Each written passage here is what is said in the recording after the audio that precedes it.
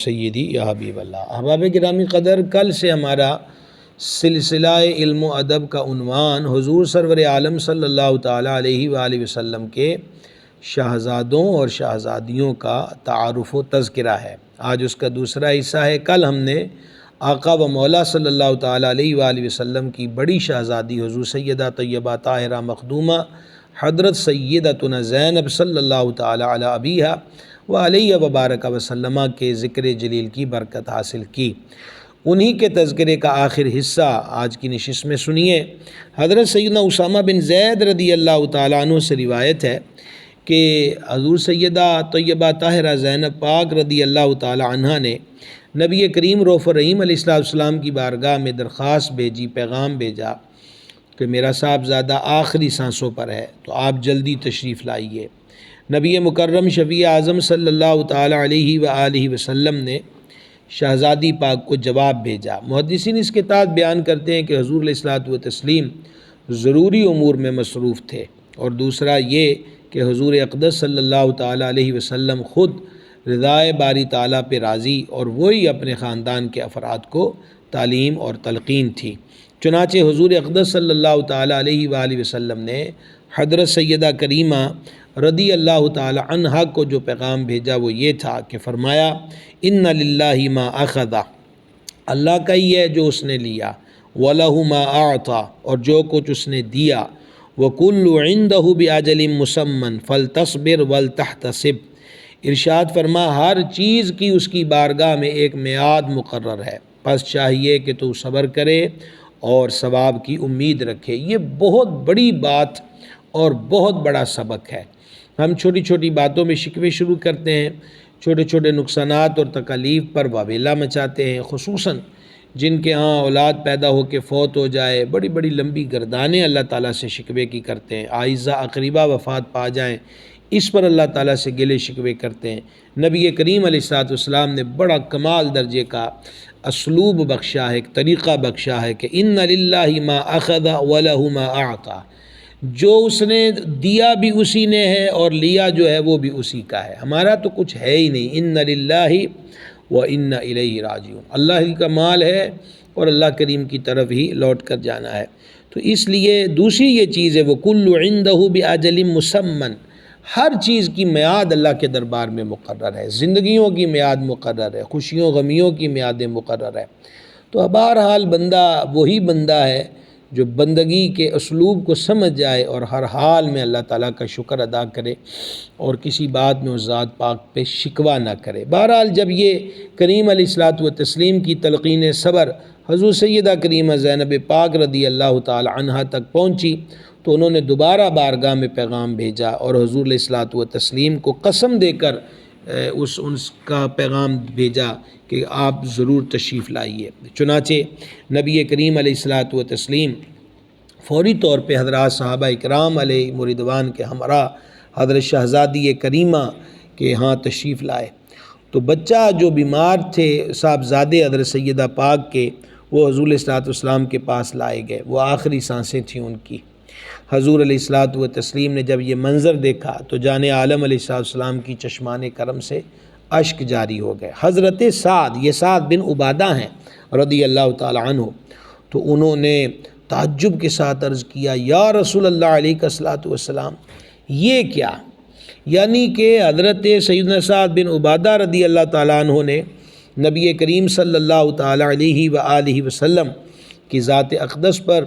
جو کفار کی طرف سے ظلم ڈھائے گئے اور پھر جو مختلف غزوات کے اندر تکالیف کا سامنا کرنا پڑا، وہ سارے امور انہوں نے دیکھے ہوئے تھے۔ غزوہ خندق میں کیا ہوا، اور غزوہ خندق کی تو شدت ایسی تھی کہ قرآن مجید نے بیان کیا کہ دل حلقوم یعنی گلے تک آ گئے تھے، لیکن آقا علیہ الصلوۃ والتسلیم نے کبھی شکوہ نہیں کیا، اور ان امور پر ایسا نہیں ہے کہ چشمان کرم سے اشک بہے ہوں۔ تو اس لیے حضرت سعد رضی اللہ تعالیٰ عنہ نے بطور تعجب بارگاہ میں عرض کیا حضور یہ کیا؟ یعنی مبارک آنکھوں سے اشک جاری ہیں۔ تو سید العالمین صلی اللہ تعالیٰ علیہ وسلم نے فرمایا یہ جذبہ ترحم ہے، یعنی رحم دلی کا جذبہ ہے جو اللہ پاک نے اپنے بندوں کے دلوں میں ڈال دیا ہے، اور اللہ رحم کرنے والوں پہ رحم کرتا ہے۔ اس سے یہ معلوم ہوا کہ کوئی اپنا پیارا دکھ میں مبتلا ہو یا کوئی اپنا قریبی دنیا سے چلا جائے تو اس کی وفات یا اس کے دکھ پر اگر آنکھوں سے اشک بہہ آئیں تو یہ ناجائز نہیں ہے، بلکہ آقا علیہ الصلوۃ والسلام نے اسے جذبہ رحم دلی فرمایا ہے۔ البتہ نوحہ کرنا، گریباں کو پھاڑنا اور پھر اپنے سر کے بالوں کو کھول دینا اور منہ پہ تماچے مار دینا، ایسے امور پر اس پر حضور صلی اللہ تعالیٰ علیہ وسلم نے منع فرمایا ہے، اس کی اجازت نہیں ہے۔ ویسے اپنوں کے بچھڑنے کا غم ہوتا ہے اور اس وجہ سے اشک بہہ اٹھیں تو یہ ممنوع اور ناجائز نہیں ہے۔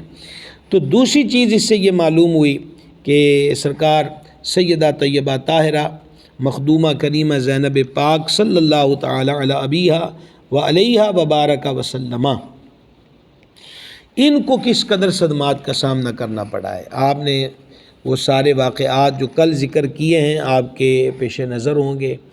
اور اب یہ جو مرحلہ ہے یہ بھی آپ دیکھ رہے ہیں کہ شہزادے پاک کا وصال ہو رہا ہے اور ایک ماں کے دل پر اس حال میں کیا گزرتی ہے۔ جہاں تک تعلق ہے حضور سیدہ مخدومہ زینب پاک رضی اللہ تعالی عنہ کی اولاد خیر کا، تو علماء کا اس بات پر اتفاق ہے کہ آپ کے ایک بیٹا اور ایک بیٹی ہے، اور جو شہزادی پاک ہیں ان کا نام سیدتنا امامہ رضی اللہ تعالیٰ عنہ، جن کا ذکر کل ہم نے کیا کہ حضور علیہ الصلوۃ والسلام ان کو کندھوں پہ اٹھا کے مسجد انور میں تشریف لاتے اور اسی حالت میں نماز شروع فرما دیتے۔ اور دوسرے صاحبزادے حضرت سیدہ کریمہ کے جو تھے ان کا نام تھا حضرت سیدنا علی رضی اللہ تعالی عنہ۔ علماء فرماتے ہیں کہ جس صاحبزادے کے وصال کا ذکر ہو رہا ہے اس روایت میں جو بھی ہم نے ذکر کی ہے، تو یہ وہی حضرت علی رضی اللہ تعالی عنہ ہیں جو ہمارے آقا صلی اللہ تعالی علیہ وسلم کے نواسے ہیں، سیدہ طیبہ طاہرہ زینب پاک رضی اللہ تعالی عنہا کے صاحبزادے ہیں۔ اور جو آپ کی شہزادی پاک ہمارے آقا علیہ السلام کی نواسی پاک ہیں حضرت سیدتنا امامہ رضی اللہ تعالی عنہا، یہ حضور پر نور علیہ الصلوۃ والتسلیم کے وصال ظاہری کے بعد بھی حیات رہیں، اور حضور سیدہ طیبہ طاہرہ بطول زہرا رضی اللہ تعالی عنہا کے وصال کے بعد امیر المومنین امام الواصلین مولا مشکل کشا کرم اللہ تعالی وجہ الکریم نے حضرت سیدتنا امامہ رضی اللہ تعالی عنہا سے نکاح فرمایا۔ یہ امام بدر الدین عینی حنفی رحمہ اللہ نے بخاری کی شرح عمدۃ القاری اور جس کا چیپٹر کتاب الجنائز ہے وہاں انہوں نے اس بات کو درج کیا ہے کہ حضور صلی اللہ علیہ وسلم کی نواسی پاک جو حضرت سیدہ مخدومہ زینب پاک رضی اللہ تعالیٰ عنہ کے بطن جلیل سے تھیں، حضرت سیدہ امامہ پاک، تو ان سے مولا مرتضیٰ نے مخدومہ کریمہ کے وصال کے بعد نکاح فرمایا۔ اور جو سرکار سیدنا علی ہیں، علی بن ابی العاص رضی اللہ تعالیٰ عنہما، تو یہ بلوغ کے قریب پہنچے تھے۔ ہمارے آقا و مولا علیہ الصلوۃ والسلام جب فتح مکہ کے دن مکہ مکرمہ میں جلوہ گر ہوئے تو محدثین نے اس روایت کو نقل کیا ہے کہ حضور علیہ الصلوۃ والسلام کے ساتھ سواری پر جو شہزادے موجود تھے اس وقت وہ یہی حضرت علی تھے جو حضور صلی اللہ تعالیٰ علیہ وسلم کے نواسے ہیں۔ تو ان کو آقا و مولا علیہ الصلوۃ والتسلیم نے فتح مکہ کے دن اپنے ساتھ سواری پر بٹھایا تھا۔ حضرت مخدومہ کریمہ رضی اللہ تعالی عنہا نے راہ خدا میں جو تکلیفیں اٹھائیں، یہ اس گھرانے کا ہی ہمت حوصلہ ہے کہ یہ مصائب اور تکالیف پر جس انداز پہ صبر کرتے ہیں۔ آپ کے جہاں تک وصال اقدس کا تعلق ہے تو بعض علماء نے اس روایت کو نقل کیا، جیسے امام طبرانی رحمہ اللہ نے معجم کبیر کے اندر، کہ وہ جو کل ہم نے ذکر کیا ہے کہ حضرت سیدہ زینب پاک رضی اللہ تعالی عنہا جب ہجرت فرمائی ہے تو ایک بندے نے اونٹ کو نیزہ مارا ہے جس سے آپ فرش پر تشریف لے آئیں اور آپ کو ضرب آئی ہے، چوٹ آئی ہے، جس کی وجہ سے آپ کے بطن انور میں جو بچہ تھا اس کا وصال ہوا ہے۔ تو اس ضرب اور اس فرش پر آنے کی جو تکلیف تھی وہ حضرت سرکار مخدومہ زینب پاک رضی اللہ تعالی عنہا کو اس کا سامنا کرتے رہنا پڑا، بلکہ مسلسل اس میں آپ مبتلا رہیں اور اسی کی وجہ سے ان کا وصال ہوا۔ لہذا امام طبرانی نے لکھا ہے اسی وجہ سے حضرت سیدہ زینب رضی اللہ تعالی عنہا ہمارے آقا کی شہزادی پاک کو صحابہ کرام علیہم رضوان شہیدہ کہتے تھے۔ اللہ اکبر کبیرہ، شہیدہ۔ آپ کا جو وصال مبارک ہے وہ 8 ہجری کی ابتدا میں ہوا، اور ایک محتاط اندازے کے مطابق بوقت وصال بنت رسول کی جو عمر مبارک ہے وہ 31 سال تھی۔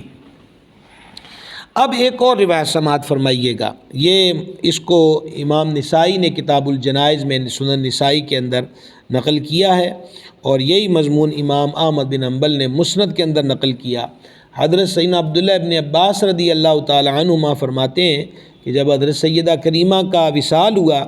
تو عورتیں ان کے وصال پہ رونے لگیں، تو امیر المومنین سیدنا عمر بن خطاب رضی اللہ تعالی عنہ ان کے رونے کی آوازیں سن کے ناراض ہوئے، اور وہ ان کو روکنے کے لیے تیار ہوئے کہ ان کو روکا جائے۔ حضرت فاروق اعظم رضی اللہ تعالیٰ عنہ کے ہاتھ میں درہ بھی تھا یا کوڑا تھا، تو نبی کریم علیہ الصلوۃ والسلام نے حضرت فاروق اعظم رضی اللہ تعالیٰ عنہ سے فرمایا، اے عمر انہیں چھوڑ دو۔ اور پھر نبی کریم صلی اللہ تعالیٰ علیہ وسلم وہ خاندان بنو ہاشم کی بیویاں جو حضرت مخدومہ کے وصال پہ رو رہی تھیں ان کو فرمایا، رو لو مگر شیطانی آواز سے پرہیز کرنا۔ اور اس کے بعد حضور اقدس صلی اللہ تعالیٰ علیہ وسلم نے فرمایا، جو کچھ آنکھ اور دل سے ہو وہ اللہ تعالیٰ کی طرف سے۔ ابھی آپ نے روایت سنی کہ آنسو نکلیں نواسے کی وصال پر، تو فرمایا یہ جذبہ رحم دلی ہے۔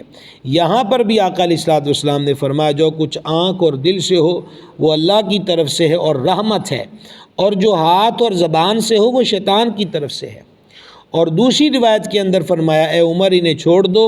بے شک آنکھیں بہتی ہیں، دل مصیبت زدہ ہے، اور واقعے کا غم تازہ ہے۔ پھر یہی بات آئی کہ اپنوں کے بچھڑنے پہ آنکھوں سے اشکوں کا بہنا یہ ممنوع نہیں ہے، اس پہ تو بندے کا اپنا کنٹرول نہیں ہے۔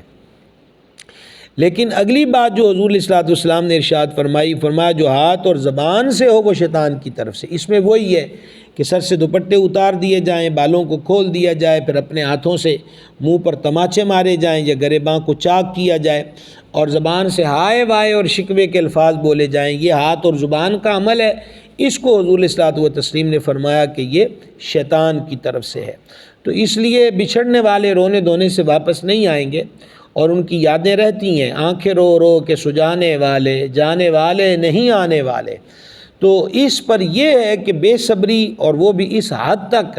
کہ معاذ اللہ تعالیٰ حرام افعال کو اختیار کیا جائے، اس کی اجازت نہیں ہے۔ آنکھوں سے اشکوں کا بہنا اور ان کو یاد کرنا، یہ اللہ تعالیٰ کی طرف سے ایک محبت ہے جو دلوں کے اندر ڈالی گئی ہے۔ تو حضرت سرکار سیدہ طیبہ طاہرہ مخدومہ کریمہ بنت مصطفیٰ سیدتنا زینب صلی اللہ تعالی علی ابیہا و علیہ وبارک وسلم کا جہاں تک جنازہ مبارک اور غسل و کفن مبارک کا معاملہ ہے، تو اس بارے بھی ایک روایت سماعت فرمائیے گا۔ یہ صحیح مسلم کتاب الجنائز میں ہے۔ حضرت سیدہ ام عطیہ انصاریہ رضی اللہ تعالی عنہ، ام عطیہ پاک جو ہیں یہ میت کو غسل دینے والی صحابیہ پاک تھیں، یعنی عورتوں کو جو وفات پا جاتی تھیں مدینہ منورہ میں، یہ حضرت بی بی پاک ام عطیہ رضی اللہ تعالی عنہا ان کو غسل دیا کرتی تھیں۔ حضرت سیدہ طیبہ طاہرہ بنت مصطفیٰ صلی اللہ تعالی علی ابیہا و علیہ وبارک وسلم کہ غسل مبارک میں بھی حضرت ام عطیہ رضی اللہ تعالی عنہا شامل تھیں۔ آپ ارشاد فرماتی ہیں کہ سرکار مخدومہ سیدتنا زینب رضی اللہ تعالی عنہا کے غسل مبارک کے معاملے میں ہمیں حضور پر نور علیہ الصلوۃ والتسلیم نے فرمایا کہ میری اس بیٹی کو طاق تعداد میں 3 یا 4 یا 5 مرتبہ غسل دو، اور 5ویں مرتبہ پانی میں کافور ملا لو، اور فرمایا جب ہماری بیٹی کو غسل دے لو تو مجھے خبر کرنا۔ حضرت ام عطیہ رضی اللہ تعالیٰ عنہ فرماتی ہیں کہ میں نے حکم کی تعمیل کی، اسی طرح غسل کا شرف پایا، اور پھر جب غسل مکمل ہو گیا تو میں نے آقا علیہ الصلوۃ والسلام کو اس کی خبر عرض کی، تو رحمت عالم علیہ الصلوۃ والتسلیم نے اپنی تہمد اقدس کی جو چادر ہے وہ عطا فرمائی، اور فرمایا کہ اس کو ہماری بیٹی کے بدن سے متصل یعنی ملا کر کفن کے نیچے رکھ دو۔ یہ صحیح مسلم کتاب الجنائز کی حدیث میں نے آپ کو سنائی ہے۔ اس سے ایک تو آپ کے غسل مبارک کی شہادت کس کو ملی، وہ بی بی پاک کا اور دیگر حضرات کا تذکرہ، اور دوسرا تبرکات کے جو ہم اہل سنت و جماعت قائل ہیں کہ قبروں میں تبرکات، کوئی غلاف کعبہ کے دھاگے ہوں یا خاک طیبہ ہو یا کلمات طیبات ہوں، بعض شجرہ شریف ہے وغیرہ وغیرہ، تو یہ جو تبرکات ہیں اس کی برکات کے جو ہم قائل ہیں، تو ان کا ماخذ اور مراجع یہی ہمارے آقا و مولا صلی اللہ تعالیٰ علیہ وسلم کے معمولات مبارکہ ہیں کہ حضور علیہ السلام نے اپنی چادر مبارک بخشی کہ یہ ہماری بیٹی کے کفن کے اندر کے حصے کی طرف رہے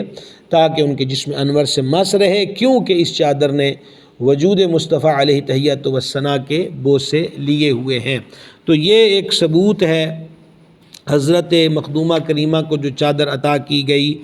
اس کی برکات کا۔ مزید آگے چلیے، حضرت سیدہ پاک کا جو جنازہ ہے وہ مدینہ منورہ میں خود رحمت عالم شفیع اعظم صلی اللہ تعالیٰ علیہ وسلم نے پڑھایا۔ سرکار ان کے جنازے کے ساتھ تشریف لائے اور بعد از جنازہ حضور علیہ السلام خود ان کی قبر انور میں داخل ہوئے، اور جب حضور علیہ السلام قبر انور سے باہر تشریف لائے تو چہرہ مبارک پر پریشانی اور غم کے آثار تھے۔ حضرات صحابہ کرام علیہ رضوان نے عرض کیا کہ حضور یہ کیا معاملہ ہے؟ تو فرمایا کہ جب ہم اس کی قبر میں اترے ہیں تو مجھے قبر کا دبانا اور موت کی شدت یاد آئی، تو لہٰذا میں نے اللہ تعالیٰ کی بارگاہ میں دعا کی کہ میری بیٹی پر آسانی ہو، بے شک میری یہ بیٹی طویل عرصہ بیمار رہی ہے۔ اللہ اکبر کبیرہ، اللہ اکبر کبیرہ، کتنی محبت ہے۔ اور پھر حضرت سیدہ پاک کا جو تکالیف کے اندر مبتلا رہنا ہے، یہ سارے معاملات اس وقت بھی زبان حبیب صلی اللہ تعالی علیہ وسلم سے ادا ہو رہے ہیں۔ اس کو دار قطنی نے نقل کیا ہے جو ابھی میں نے آپ کو روایت سنائی ہے، اور امام طبرانی نے معجم کبیر کے اندر ایک اور روایت نقل کی ہے کہ جب سیدہ پاک حضرت سیدہ مخدومہ زینب پاک رضی اللہ تعالی عنہ کو قبر شریف میں اتارا گیا تو حضور علیہ السلام قبر مبارک کے کنارے پر کچھ دیر تشریف فرما ہو کر آسمان کی طرف دیکھتے رہے، اور پھر حضور علیہ السلام کی غم کی کیفیت بڑھ گئی، اور پھر باہر تشریف لائے تو حضور صلی اللہ تعالیٰ علیہ وآلہ وسلم مسکرا رہے تھے۔ حضرات صحابہ کرام علیہ رضوان نے عرض کی، یا رسول اللہ علیہ السلام یہ وجہ تبسم کیا ہے؟ تو فرمایا کہ قبر کی تنگی اور تکلیف اور اپنی بیٹی کی جو کمزوری ہے، وہی جو پہلی روایت میں لفظ آئے کہ میری بیٹی طویل عرصہ بیمار رہی ہے۔ تو فرمایا میں غمگین ہو گیا تھا اور میں نے اللہ تبارک و تعالیٰ سے دعا کی کہ مالک کریم میری بیٹی پر آسانی کی جائے، لہٰذا ایسا ہی کیا گیا۔ سبحان اللہ الکریم۔ اور پھر آقا علیہ السلام نے فرمایا ہاں قبر نے اسے دبایا ہے۔ اچھا، پہلی بات تو یہ ہے کہ ہمارے ہاں اشعار اس انداز پر لوگ اب رباعیاں اور کلام لکھتے ہیں، وہ کہتے ہیں کہ مجھے قبر کا کوئی ڈر نہیں ہے، کوئی غم نہیں ہے، اور پھر اگلی بات یہ ہے کہ قبر میں حضور علیہ السلام نے تشریف لانا ہے۔ کوئی شک نہیں ہے کہ حضور علیہ السلام نے تشریف لانا ہے، مسئلہ تو یہ ہے کہ ہمارا منہ اس قابل بھی ہے جو حضور کو قبر میں دکھا سکے۔ جیتے جی ہم نے سید عالم علیہ السلام کی اتباع اور فرما برداری کی ہے، یا جملہ امور کے اندر معاذ اللہ پریکٹیکل عملاً مخالفت کی ہے، تو لہذا ایسا تو نہیں ہے کہ صرف سادہ سادہ عشق کے دعوے اور پریکٹیکل عملی طور پر بالکل ضعف اور کمزوری اور مخالفت کے محاذ پر کھڑے ہوں اور پھر کہیں کہ مسئلہ ہی کوئی نہیں ہے، تو ان بھول بھلائیوں میں بھی مبتلا رہنے کی ضرورت نہیں ہے۔ اب یہاں جو اس حدیث کے آخری لفظ ہیں کہ فرما ہاں قبر نے اس کو دبایا ہے، قبر نے اس کو دبایا ہے۔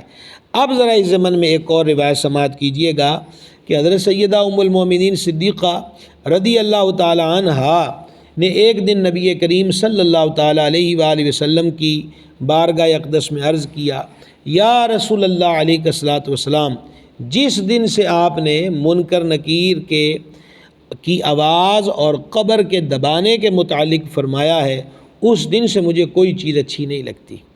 آج ہمارے ہاں عذاب کی روایات بیان کی جائیں تو لوگ ٹھٹھا مذاق کرتے ہیں، لیکن کامل الایمان لوگوں کا کام کیا ہے وہ ابھی آپ نے سماعت کیا کہ حضرت صدیقہ پاک رضی اللہ تعالیٰ عنہ عرض کرتی ہیں حضور مجھے کوئی چیز اچھی نہیں لگتی۔ تو سید العالمین علیہ السلام نے فرمایا، اے عائشہ،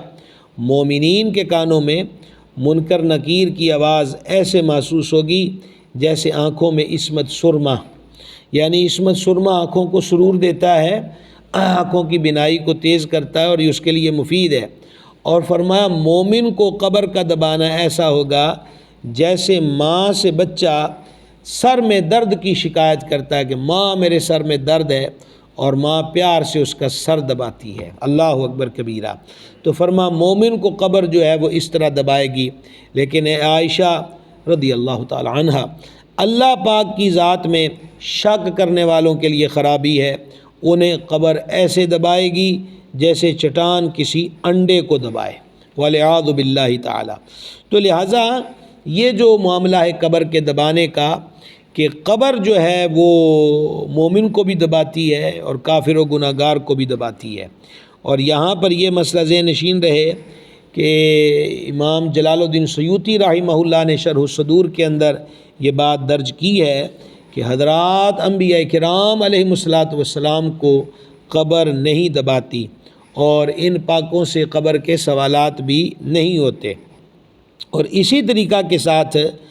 فقہا فرماتے ہیں کہ مجاہد اور راہ خدا میں جہاد کرنے والے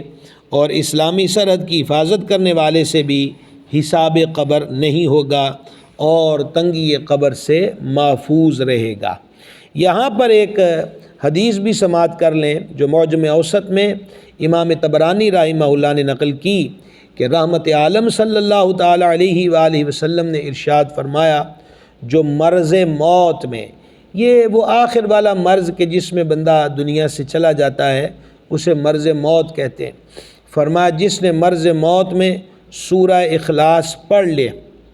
جو مرض موت میں سورہ اخلاص پڑھ لے وہ قبر کے فتنے میں مبتلا نہ ہوگا اور قبر کے دبانے سے محفوظ رہے گا۔ روز قیامت فرشتے اسے پروں پر اٹھا لیں گے اور پل صراط پار کروا کر جنت کے دروازے تک لے جائیں گے۔ مرض جو ہے وہ کسی کو بھی پتہ نہیں ہے کہ یہ مرض اس کے خاتمے کا ہی ذریعہ ہے یا مزید اس کے بعد ٹھیک ہو کر اور جیے گا۔ تو لہٰذا حالت مرض میں یہ آقا علیہ السلام کے فرمان کو پیش نظر رکھ کے سورہ اخلاص یعنی قل هو اللہ احد، اس کی جو تلاوت ہے اس کا شرف حاصل کر لینا چاہیے۔ حضرت سرکار سیدہ پاک کا مزار شریف کہاں ہے؟ ایک تو ہم نے عرض کر دیا کہ آپ کا جنازہ مبارک نبی کریم صلی اللہ تعالی علیہ وسلم نے پڑھایا، اور خود نبی کریم علیہ السلام نے اپنے مبارک ہاتھوں سے اپنی شہزادی پاک حضرت سیدہ طیبہ طاہرہ زینب رضی اللہ تعالی عنہ کو قبر شریف میں اتارا۔ آپ کا مزار انور قبر منور جنت البقیع یعنی کہ مدینہ منورہ میں موجود ہے۔ یہ مختصر تذکرہ تھا نبی پاک علیہ السلام کی چاروں شہزادیوں میں سے سب سے بڑی شہزادی حضور سیدہ عالیہ طیبہ طاہرہ سیدتنا زینب صلی اللہ تعالی علی ابیہا و علیہا وبارک وسلم۔ ہمارے آقا علیہ السلام کی دوسری شہزادی پاک جو ہیں ان کا نام نامی اسم گرامی رقیہ ہے۔ رقیہ کا معنی ہے ترقی کرنے والی، اور یہ حضرت سیدہ مخدومہ زینب پاک رضی اللہ تعالی عنہا سے عمر میں چھوٹی ہیں۔ ہمارے آقا علیہ الصلاۃ والتسلیم کے اعلان نبوت فرمانے سے 7 سال پہلے مکۃ المکرمہ میں آپ کی ولادت ہوئی، اور جب حضرت سیدہ طیبہ طاہرہ رقیہ صلی اللہ تعالی علی ابیہا و علیہ وبارک وسلم کی ولادت شریف ہوئی ہے، اس وقت حضور سید العالمین صلی اللہ تعالی علیہ وآلہ وسلم کی عمر مبارک 33 برس تھی۔ ہمارے آقا علیہ السلام کی ان صاحبزادی پاک کو صاحبۃ الہجرتین یعنی کہ اللہ تبارک و تعالیٰ کے لیے اللہ تعالیٰ کی راہ میں 2 مرتبہ ہجرت فرمانے والی، یہ آپ کو صاحبۃ الہجرتین کہا جاتا ہے۔ جہاں تک آپ کے نکاح شریف کا معاملہ ہے تو آقا علیہ السلام نے ابھی اعلان نبوت نہیں فرمایا تھا کہ نکاح آپ نے جو ہے وہ حضرت سیدہ طیبہ طاہرہ رقیہ رضی اللہ تعالی عنہ کا عتبہ بن ابو لہب کے ساتھ کر دیا۔ لیکن یہ بات یاد رکھے کہ رخصتی بھی نہیں ہوئی تھی، یعنی وہ شہزادی پاک گھر سے وہاں تشریف نہیں لے گئی تھیں، یہ صرف نکاح تھا۔ اچھا، اب ابو لہب جو ہے وہ ہمارے آقا علیہ السلام کا چچا ہے، تو چچا کے بیٹے کے ساتھ نبی کریم علیہ السلام نے حضرت سیدہ کریمہ کا عقد مبارک فرما دیا۔ نبی رحمت شفیع امت صلی اللہ تعالیٰ علیہ وسلم نے اعلان نبوت کے تیسرے سال صفا پہاڑی پر کھڑے ہو کر قریش کو اسلام کی دعوت دی اور کفر پر اڑے رہنے کی صورت میں انہیں عذاب الہی سے ڈرایا۔ اس وقت عتبہ کا والد ابو لہب بھی موجود تھا، کیونکہ سب قریش کو بلا کر حضور صلی اللہ علیہ وسلم نے یہ پیغام دیا تھا۔ تو ابو لہب نے آقا علیہ السلام کی زبان حق ترجمان سے پیغام حق سن کر قبول کرنے کی بجائے بک بک کی اور آقا علیہ السلام سے کہا،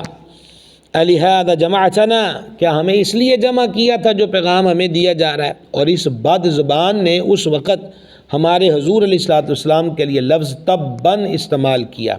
اس کا معنی ہوتا ہے برباد ہونا، تباہ ہونا۔ یہ جو اس نے بکواس کی ہمارے آقا علیہ السلام کے لیے، تو ناموس رسالت، عظمت رسالت اور مقام رسالت وہ معاملہ ہے، اور اتنا اہم ترین معاملہ ہے کہ جا بجا قرآن اس پر گواہ ہے کہ جب بھی کسی بد باطن نے، بد زبان نے بد زبانی کی ہے شان رسالت اقدس میں، تو اللہ تعالیٰ نے اس کا جواب دیا۔ تو ابو لہب نے تباً کہا حضور صلی اللہ علیہ وسلم کے لیے، اللہ رب العزت نے پوری سورہ لہب نازل کر دی۔ مالک فرماتا ہے جل مجد الکریم، اعوذ باللہ من الشیطان الرجیم، تبت یدا ابی لہب و تب، تباہ ہو جائیں ابو لہب کے دونوں ہاتھ، اور وہ تباہ ہو ہی گیا۔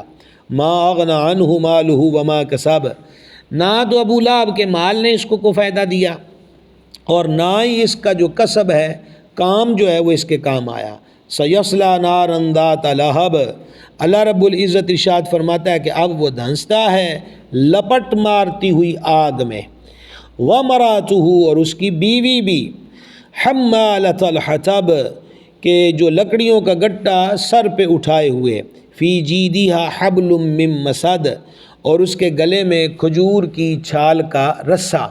یعنی اس سے پہلی بات تو یہ معلوم ہوئی کہ شان رسالت، عظمت رسالت، ناموس رسالت، معاذ اللہ یہ کوئی عام سا معاملہ نہیں ہے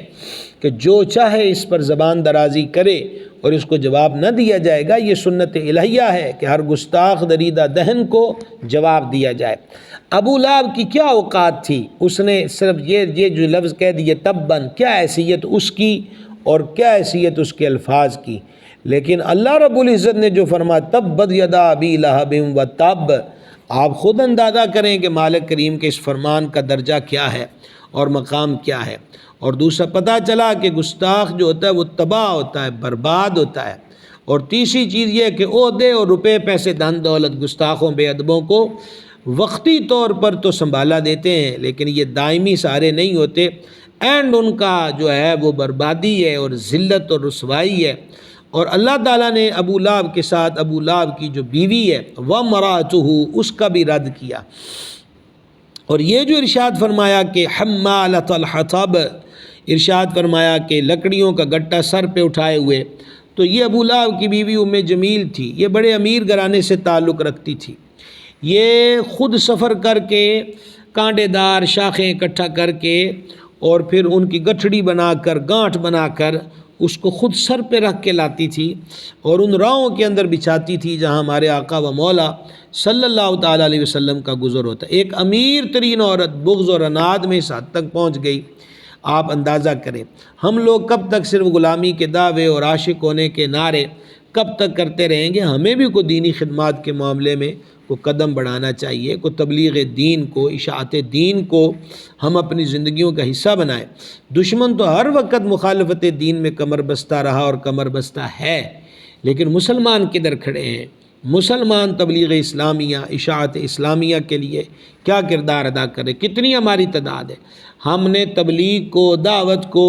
نیکی کی دعوت کو، ان سب امور کو صرف مولانا صاحب سے نتھی کر رکھا ہے کہ یہ تو مولانا لوگوں کا کام ہے۔ ہر فرد کی ذمہ داری ہے کہ وہ نبی کریم علیہ الصلوۃ والتسلیم کی تعلیمات کو عام کرے۔ تو جب اللہ کریم نے یہ سورہ لہب کے اندر ابو لہب اور اس کی بیوی کی مذمت کی تو اب ان دونوں کا غصہ اور زیادہ بڑھ گیا۔ اب جب غصہ شدت اختیار کر گیا تو اب ابو لہب نے پہلا بار کیا۔ آپ کو بھولنا نہیں چاہیے